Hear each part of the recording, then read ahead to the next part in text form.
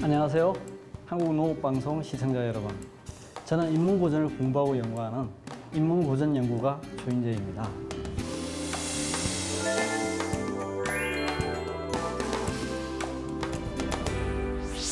저는 사실 인문고전을 전공했던 사람은 아닙니다. 제가 인문고전을 공부하게 된 계기는 인문고전이 단순한 옛날 이야기가 아니라는 깨달음이었습니다. 인문고전이야말로 오늘을 읽고 미래를 전망할 수 있는 살아 숨쉬는 지혜의 보고라는 것을 깨닫고 그것을 전하기 위해 노력하고 있습니다. 농민신문에 연재하고 있는 인문학의 뜰 칼럼을 비롯해서 여러 매체의 칼럼을 연재하는 건 역시 그 노력의 일환이라고 하겠습니다. 이제 한국농업방송에서 새롭게 TV 인문학 칼럼을 방송하게 되어서 정말 기쁘게 생각합니다. 방송을 통해서 삶의 통찰, 일과 직업에서의 지혜를 함께 나누는 소중한 시간을 가졌으면 합니다.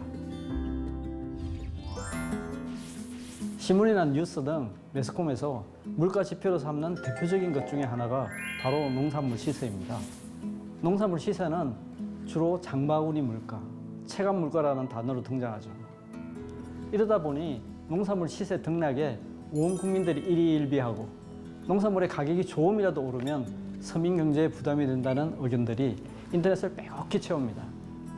아마도 이런 생각들이 지배적인 것은 인류가 삶을 여기하는 데 있어서 인간이 살아가는 데 있어서 최소한의 생계를 책임지고 있는 것이 농산물이기 때문일 것입니다. 누구든 먹고 사는 것이 기본이니까요. 그런데 혹시 이런 생각은 안 해보셨는지요? 어떤 시장이나 산업과 마찬가지로 농산물 역시 수요가 많으면 가격이 오르고 공급이 많으면 가격이 내리는 수요 공급 법칙에 적용을 받는다는 것을 말입니다.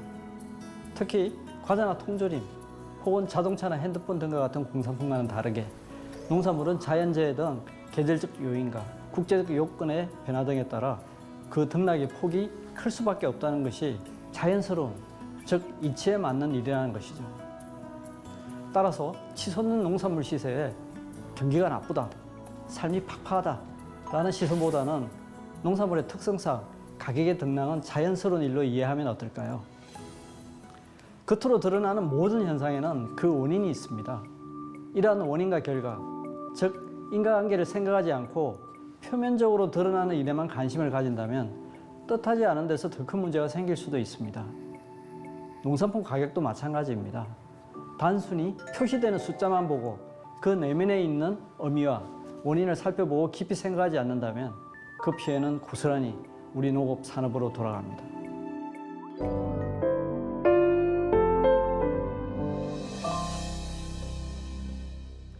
단순히 겉으로 드러나는 현상이 아니라 내면을 볼 수 있어야 한다는 가르침은 고전에도 많이 실려 있습니다. 예로부터 겉만 보고 쉽게 판단하는 것은 우리 평범한 사람들의 한계이기 때문입니다. 심지어 4대 성인의 한 사람으로 꼽힐 정도로 완성된 인물인 공자도 겉으로 드러나는 모습만 보고 실수를 한 적이 있었습니다. 여시춘추에 실려있는 고사를 소개하겠습니다. 여시춘추는 진시황의 숨겨진 아버지라는 소문이 있을 정도로 그 당시 최고의 실권자였던 여부리가 천하의 뛰어난 인물들을 모아서 쓴 책입니다. 그는 여시춘추에 큰 자부심을 가지고 있었습니다. 그래서 일자천금, 즉 이 책에 한자라도 더하거나 뺄 수 있다면 천금을 주겠다고 호언장담하기도 했습니다. 공자는 인, 즉 사랑의 정신으로 천하를 다스려야 한다는 이상을 가지고 있었습니다. 이러한 자신의 뜻과 함께할 왕을 찾기 위해 제자들과 함께 13년간 천하를 주유했습니다. 그 와중에 공자는 수많은 위험에 처하기도 했는데요. 진나라와 채나라 사이에서 포위되어 가지고 몇 날을 쌀 한 톨 구경하지 못했던 적이 있었습니다. 얼마나 배가 고팠을까요? 굶주림을 참지 못해 잠깐 낮잠을 자던 공자가 구수한 냄새에 눈을 떴습니다. 마침 수제자 안년이 쌀을 구해와서 밥을 하고 있었습니다. 공자가 잠에서 들깬 흐린 눈으로 보니 안년이 시루 속에 손을 넣어 밥을 집어 먹는 것이 보였습니다. 공자는 안년이 배고픔을 못 이겨서 몰래 밥을 훔쳐먹는 결례를 저지른 것으로 오해를 하고 그 밥으로 제사를 드린 후에 먹자라고 안년을 떠보았습니다. 그러자 안년이 정색을 하고 대답했습니다. 안 됩니다. 아까 티끌 하나가 시루 속에 들어가 제가 티끌을 거드낸 밥을 먹었습니다. 이미 부정을 탔으니 제사상에 올릴 수 없습니다. 아녀는 공자가 가장 사랑했던 수제자이고 심지어 공자가 나보다 더 뛰어나다라고 인정하기도 했던 제자입니다. 하지만 공자는 순간적으로 본 한 장면으로 인해 이런 아년을 오해했습니다. 심지어 공자와 같은 성인도 눈에 보이는 것에 현혹되어서 결정적인 실수를 했던 것입니다. 공자는 한탄을 하며 이렇게 말했습니다. 믿는 것은 오직 눈이지만 눈도 믿을 만한 것이 못되고 의지할 것은 마음이지만 마음도 믿기에 부족하다.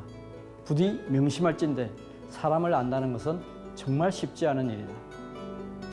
이러한 고사를 통해서 우리는 우리의 안목이 얼마나 보잘것없고 신뢰성이 없는지를 잘 알 수 있습니다.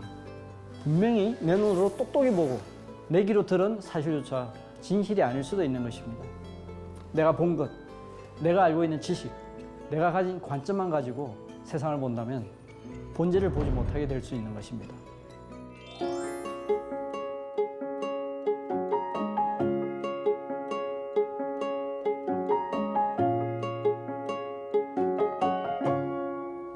이러한 가르침을 주는 성어는 맹자에도 실려 있습니다. 진심 하편에 실려 있는 진신서 불여무서의 성어인데요. 서경을 맹신하는 것은 서경이 없는 것만 못하다는 뜻입니다. 서경은 논어와 맹자만큼 널리 알려지지는 않았지만 사서상경에 속하는 유명한 경전입니다. 중국에서 가장 오래된 역사서인데 공자가 흩어져 있는 역사 자료들을 모아 편찬한 것으로 알려져 있습니다. 지금도 중요한 고전의 하나이지만 춘추 전국시대에도 가장 권위 있는 책으로 인정받았습니다. 공자와 맹자를 비롯한 당대 최고의 학자들도 서경에 실려있는 많은 글들을 인용할 정도였습니다. 누구도 부인하지 못하는 권위 있는 책에 실려있는 글을 인용함으로써 자신의 글을 빛내고 자신의 주장에 권위를 부여하려고 했던 것입니다. 하지만 맹자는 위의 구조를 통해 서경에 대한 무조건적인 맹종을 경계하고 있습니다. 서경 무성편에 실려있는 글 때문이었습니다. 주무왕과 상주왕의 전쟁이 너무 치열하여 피가 강처럼 흘렀다는 말이 너무 과장되어 그 내용 중에서 일부만 믿을 수 있다는 것입니다. 아무리 권위 있고 좋은 책이라고 해도 그 내용을 무조건 맹신할 것이 아니라 비판적으로 받아들일 수 있어야 한다는 가르침입니다.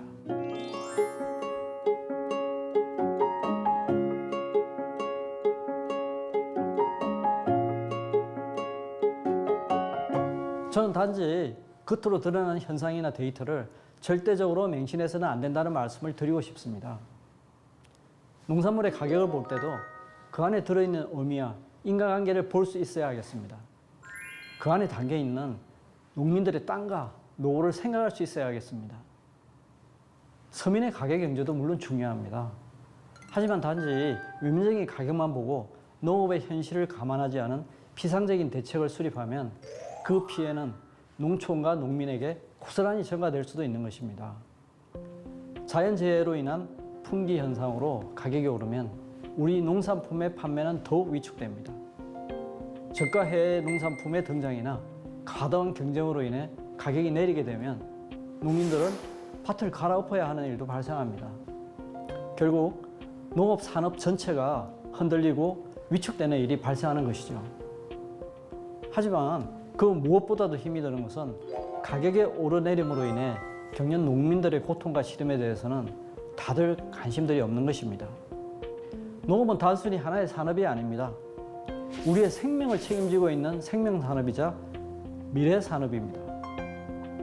앞으로 인류의 생존을 위협하는 것은 무기로 하는 전쟁이 아니라 식량 전쟁이 될 것이라고 주장하는 미래학자도 있습니다. 시청자 여러분, 농업이 천하의 근본이다 라는 뜻의 농자 천하지 대본이라는 말은 단순한 옛날의 말이 아닙니다. 흘러간 말이 아닙니다. 오늘날에도 더욱 절실한 귀중한 교훈입니다. 더 깊이 보고 멀리 볼 수 있는 관점의 변화가 필요합니다. 그 관점의 변화를 오늘부터 시작해 보면 어떨까? 감사합니다.